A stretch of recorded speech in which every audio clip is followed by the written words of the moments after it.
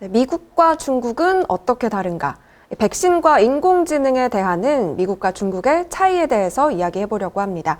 오늘 진행의 송지은입니다. Government of the people, by the people, for the people.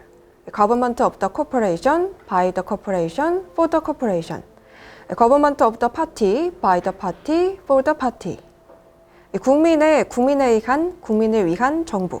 우리는 민주주의 하에 정부의 이상을 이렇게 배웁니다. 마르크스는 정부를 부르주아의 집행위원회라고 비난하죠.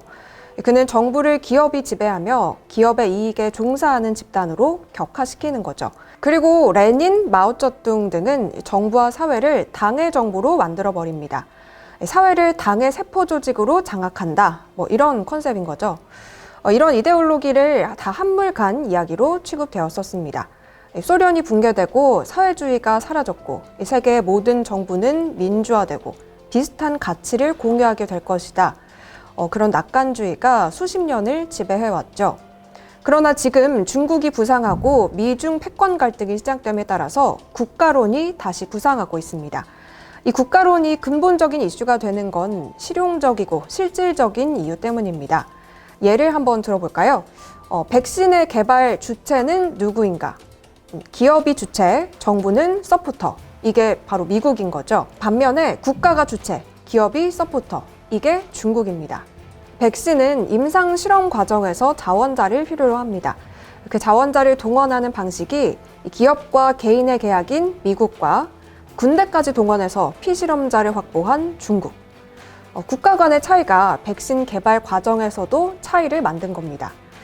중국은 국가도 공산당 휘하에 있고 기업도 국가 재산, 심지어 당 재산인 경우도 허다합니다. 또 한번 예를 들어볼까요? 인공지능에 필요한 데이터를 모으는 주체. 미국은 기업이고 중국은 국가입니다. 미국 기업은 개인에게 서비스를 제공하면서 개인 정보를 모으죠. 그런데 중국 국가는 개인 정보를 무조건적으로 모읍니다. 길거리에서 안면인식 카메라를 달고 공공안전 때문이야 라고 말을 하는 거죠. 공안, 공공, 무상 이런 말로 무엇을 줄 것처럼 말했던 공산주의가 알고 보면 공공, 무상 이런 명분으로 사람들에게서 많은 것을 빼앗아 가는 거죠.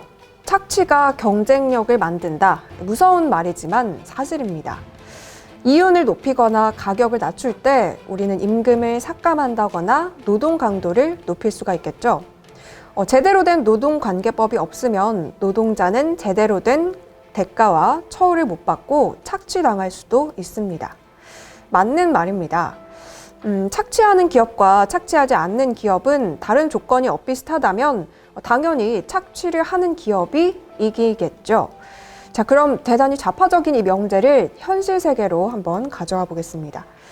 이 노동자의 착취 강도가 높은 기업이 중국 기업일까요? 한국 기업일까요? 반도체의 경우를 보면 적자가 나는 기업을 국가가 될 때까지 지원을 한다. 보조금을 지원하고 무한 투자를 한다.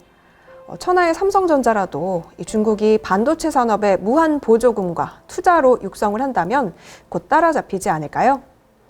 지금 미국이 개입해서 중국의 반도체 굴기를 꺾어버리지 않았다면 삼성은 메모리 반도체 분야에서 중국에게 추월당하는 건 시간 문제일 거라는 생각이 듭니다. 국가 간 비교 우위와 가치 사실 체계를 인정하지 않고 모든 걸 다 자국이 장악하겠다는 중국. 그리고 15억의 내수 시장으로 국제 분업 체계의 근간을 부수는 중국의 산업 패권주의를 다가오는 21세기 인정해야 하는 걸까요? 21세기에 다시 부상하는 국가론, 국가란 무엇인가? 다시 시대의 화두가 되어버렸네요. 네, 오늘 유재일의 논평 여기서 마치겠습니다. 고맙습니다.